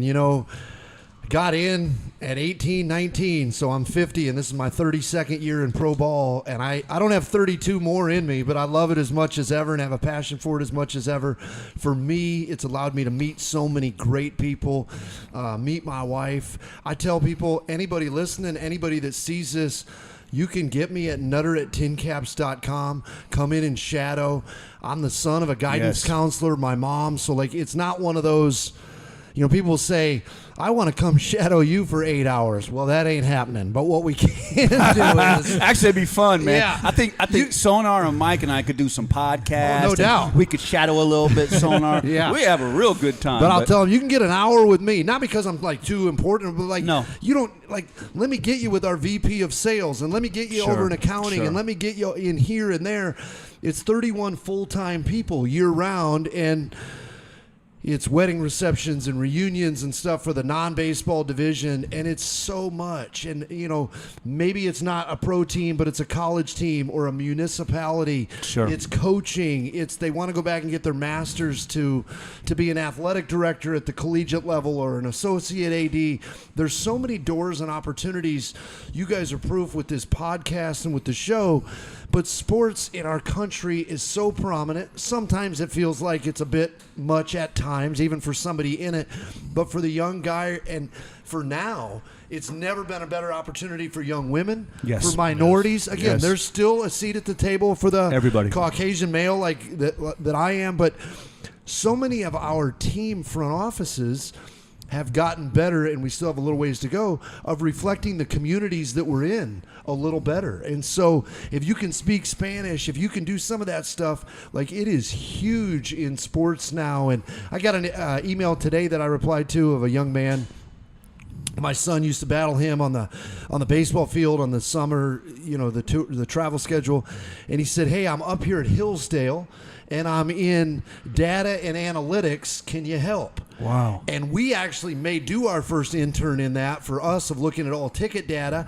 I'm guessing he wanted a little more of the Moneyball, the major league. Right. Yeah. And the major league teams are all doing that with interns and stuff like that. The video stuff has gotten crazy. So to the young men and women out there chasing the dream, man, they looked at me at Bowling Green State University and said, if you get into this field, the people to your right and left are probably going to work less, and maybe they're going to make more money. And I looked at a buddy and said, what are we doing in here then? But we had a passion for it. Yes. The money's there. There's opportunity all around the country. If you want to be that person that gets out, you're from the Summit City, you want to move, cool, go down to Indy, go down to Nashville for a few summers, work for the team there, and then come back to the Fort Wayne area, Northeast Indiana, where the quality of life is so good, the impact that you can have in the community is so good, and come back home and put those skills to a test at the Comets, the Caps, any of the college teams, any of the travel things, any of that. And that's why we're so blessed in the Fort is A, the Comets, and B, the TinCaps. We are so blessed. Absolutely. And we are blessed to have the great Mike Nutter. Yes, sir. Brother. Thanks, fellas. Thanks for coming on. This was awesome. Yeah, man. That was enjoyable. Yep. A journey of minor league baseball, Brummy. Yeah. Podcast number 22, a name that will always be spoken with pride in the 260. So we've had Mike Nutter. Frankie Pena, and now Hunter Sosenheimer. Yeah. Yes. And now the main man. Yes, absolutely. Head of the complaint department, Absolutely. Mike Nutter.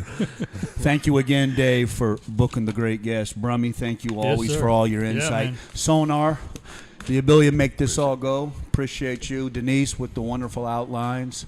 Logan, keep working on that basketball game, baby. Ryan, Preston, getting ready to go back to school. Appreciate you. Again, a name spoken with pride in the 260, Mike Nutter. Well done. And we are the 260.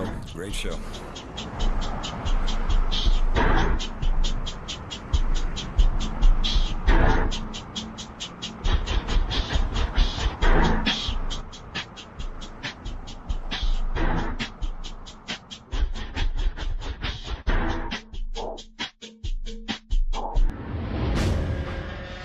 It's the 260 Podcast, live from Spiece Fieldhouse every Thursday at 7 p.m., highlighting all Indiana sports, featuring guests from the 260 area code and beyond. Live on YouTube every Thursday at 7 p.m. Just search the 260, also available anywhere you find your podcasts. And remember, when searching, there are no zeros in the 260.